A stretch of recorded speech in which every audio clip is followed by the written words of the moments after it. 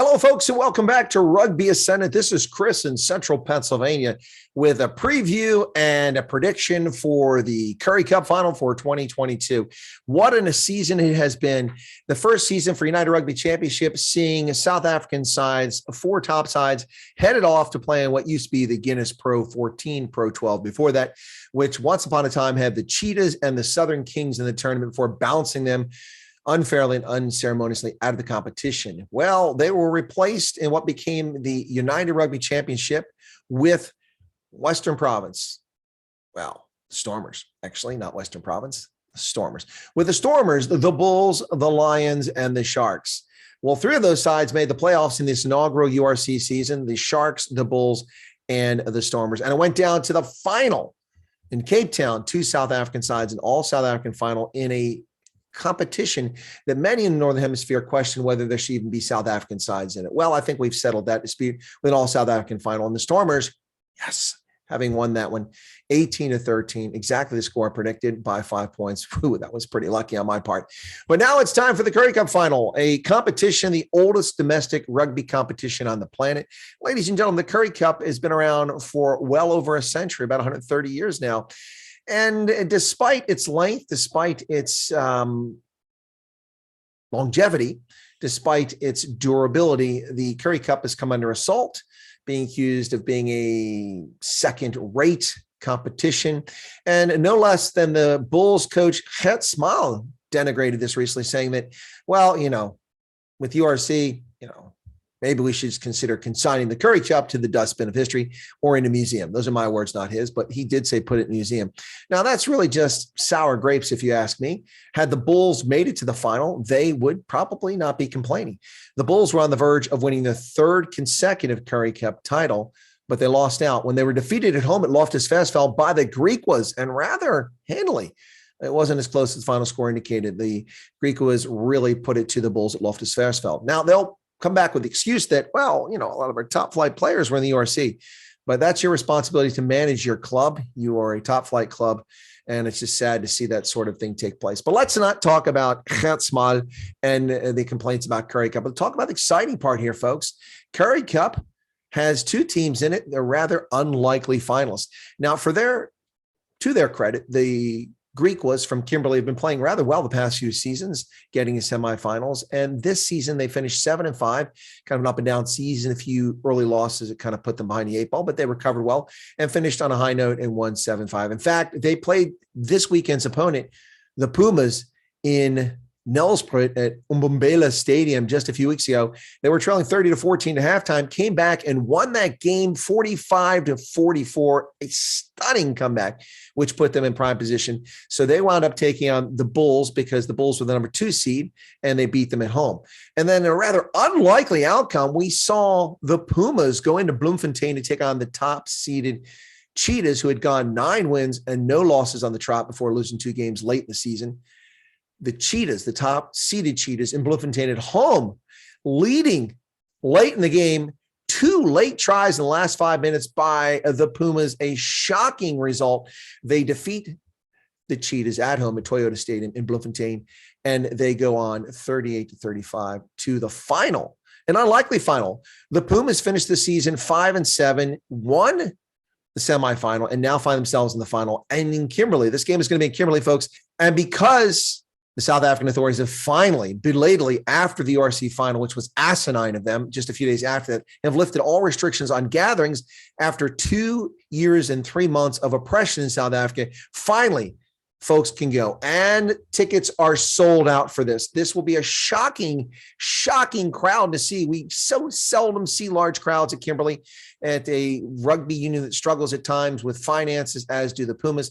A sold-out stadium there for the Windhoek Draught Griquas. This is exciting stuff, folks, exciting stuff. The underdogs in both semifinals shocked their South African opponents, both the Cheetahs and the Bulls, by pulling off back-to-back wins on back-to-back days, making for rather unlikely but very intriguing pairing in the historic match in this Currie Cup final. Now, for their part, the Griquas, based in Kimberley in the Northern Cape, have not been to a Currie Cup final since 1970.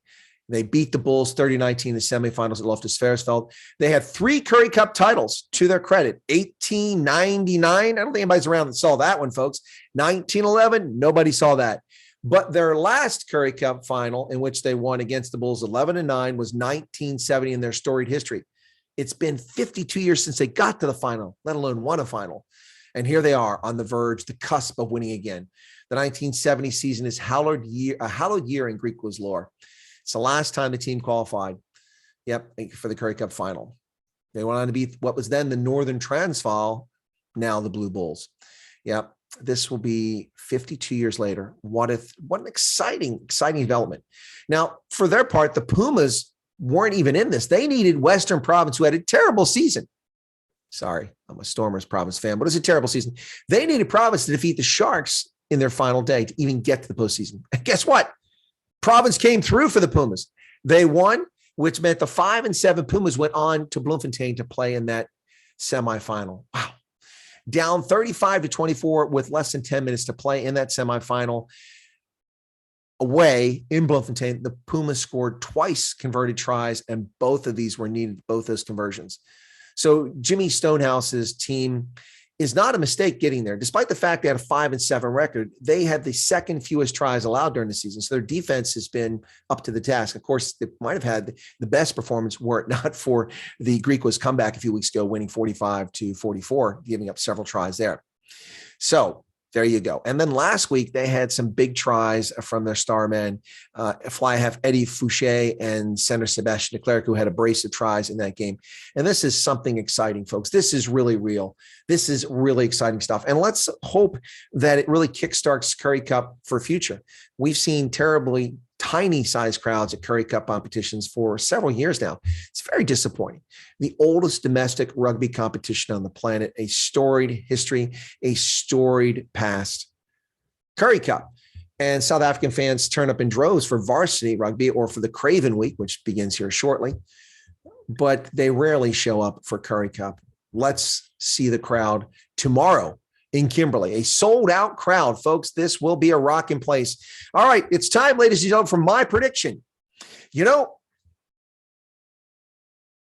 I went with my heart and picked my Stormers over the Bulls, even though it seemed like the Bulls had all the momentum and it was the right pick. I even got the spread correct. So unfortunately, I don't bet money for games, but what are we going to go with here? This is anybody's game, ladies and gentlemen. Both teams are playing in great form the last few weeks, and that goes back to when the Griquas beat the Pumas at home. The Pumas played very well. They just let it get away from them late in the game. And then they went into Bloemfontein and won, and now they come to Kimberly. So before I give a prediction, here are the lineups for this weekend for the Griquas at home. And I've highlighted some players who are going to be crucial or key to a Griquas victory. George Whitehead, who was the star of last week's game, coming off the bench and really nailing it. Munier Hartzenberg, Luther Obi, who's always dangerous on the left wing, and Stefan Ungerer, who's back from injury at the scrum half, will be critical players, as well as Janco in the front row and Kudzwai Dube also in the front row. And those are the critical players for this team. Of course, Zander du Plessis at the fly half has been lights out all season. But George Whitehead and Stefan Ungerer may be the keys to this game. For the visiting Pumas, Devon Williams, Tapiwa, Mafura, Tinus de Beer, and at the fly half, Eddie Fouche. I neglected him. Eddie Fouche could be critical in this game, as can be Chriswill September at the scrum half. But the heart of this team is Willie Engelbrecht. Willie Engelbrecht, who's moving on to the Stormers next season. This is a big game for him as well. Eduan Swart in the front row, critically important at that hooker position. Now, the Pumas may have the advantage off the bench. I assess the Pumas bench to be a bit stronger. Simon Rawle had an incredible game when he came into that game last week. Giovan Sneeman, no drop-off when he comes in as scrum half. Ali Majima had a great performance, and Alawano Visaji also strong off the bench. I think the Pumas probably have the advantage on the bench, but despite a stronger bench, this is at home.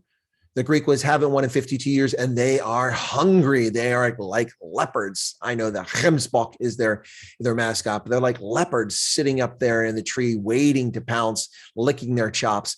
The Griquas, the first time in 52 years in a final. It's the first ever for the Pumas, but the first time in 52 years for the Griquas at home in Kimberly before a sold-out audience. Ladies and gentlemen, I'm going with the Griquas by a converted try. That's my pick. Griquas win by 7 over the Pumas in Kimberly. We'll see what happens. You should know that I'm biased. I always root for the Griquas. Any team that can play on what is essentially like playing on concrete. Have you ever seen their pitch up there in Kimberly? Wow, that's some rough stuff to play on. But there's my prediction.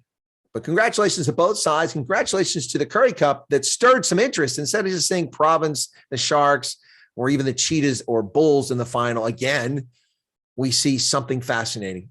Puma's first appearance in the Currie Cup final, and the Griquas back for the first time in 52 years. Tomorrow, 25 June 2022, Griquas by 7 over the Pumas. Thanks a lot, folks. Be sure to subscribe to the channel and give us a like or leave some comments behind the video.